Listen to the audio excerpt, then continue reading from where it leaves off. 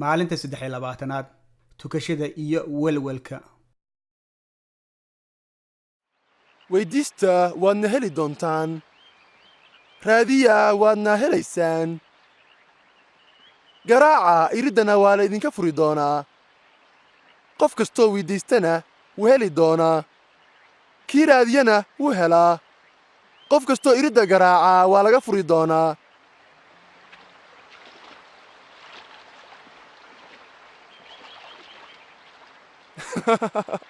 haddii aad tahay aabbe miyaad siin lahayd wiilkaaga mas markuu ku weyddiistay kalluun, ama dibqalooc markuu ku weyddiistay ukun? si kastood u xun tihiin waad og tihiin sidaaad u siin lahaydeen wax wanaagsan carruurtiinna. intee in leeg ayuu aabbaha samada ku jira uu ruuxa quduuskaa siinayaa kuwa weyddiista.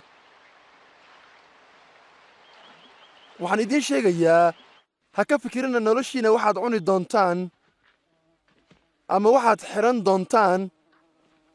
noloshu way ka badan tahay cunto, jidhkuna wuu ka badan yahay dhar. bal ka fikir tukaha, mana abuurtaan mana goostaan, bakhaarna ma laha, sidoo kale bakaarna uma duugna, welina ilaah uu quudiyaa. oo intee in leeg ayaad ka qiimo badan tihiin shimbiraha.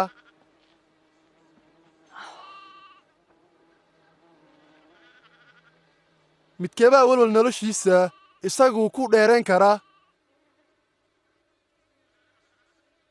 haddii aadan waxaas yar samayn karin, maxaad uga walwalaysaan inta kale?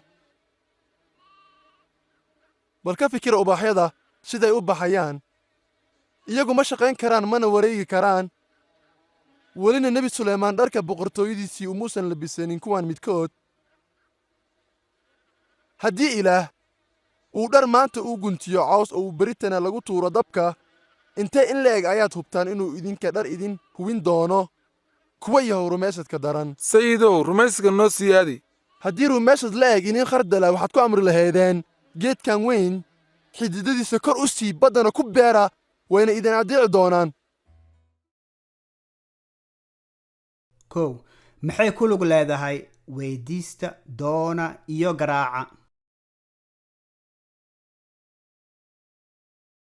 2 sidee ayaan rumaysadkayga uga dhex muujiyaa tukashada? 3 sidee ayaan walwalkayga ugu beddelaa tukasho?